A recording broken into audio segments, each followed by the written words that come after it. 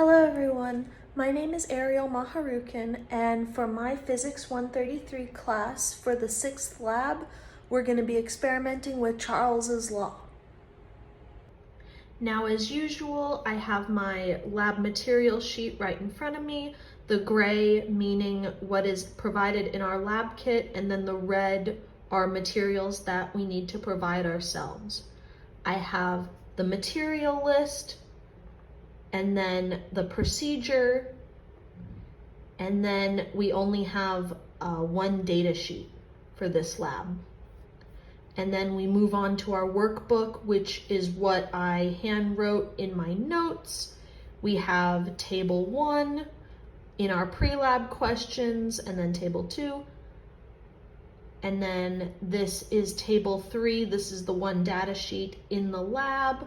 And then we have 6 post-lab questions that involve graph paper. So what we need for this experiment is graph paper that we're going to write about 3 graphs on. I have table 1, which was in the pre-labs, table 2, which was also a pre-lab, and then I have 1 graph for the post-lab question.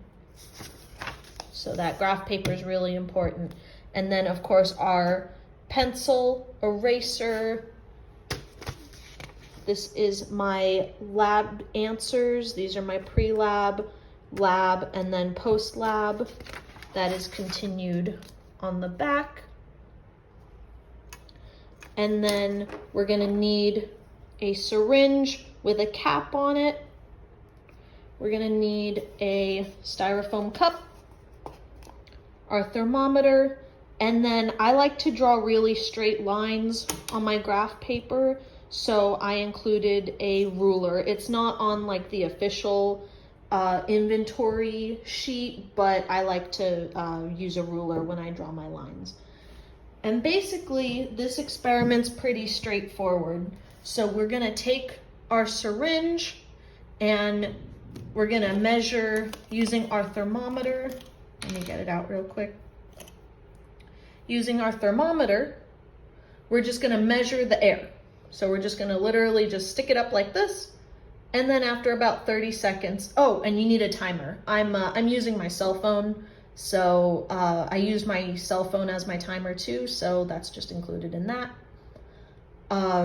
We're just gonna hold up the thermometer to the air, measure that temperature using our timer, and then we're gonna record our results in that data sheet, right there. And what we do is once it's measured, we're gonna compress the air. And what I got was about up to 2 milliliters of volume. We're gonna see how compressible the air is. And then we start at halfway at the syringe, and then we just compress as much as we can, as much as the stopper will allow. And then we do the same thing. We fill the cup with hot water. We stick the thermometer in there for 30 seconds, and that's timed. And then we submerge the syringe into the hot water, and we see how much that is compressible. What I found is that it was harder to compress the air with the hot water, so I wasn't able to compress it as much. I got about 3.5. I couldn't compress the air as much as when it was just room temperature. And then thirdly and finally, we fill the cup with cold water and some crushed ice to make it even colder. We measure it, and then we stick, drop that, sorry. And then we submerge our syringe into there for about 30 seconds, and then we try to compress it. And what I found was it was much easier to compress the ice water syringe than any other temperature. Essentially, the concept of this experiment is that when you apply heat, the molecules move faster and they expand, which causes a greater volume to be measured.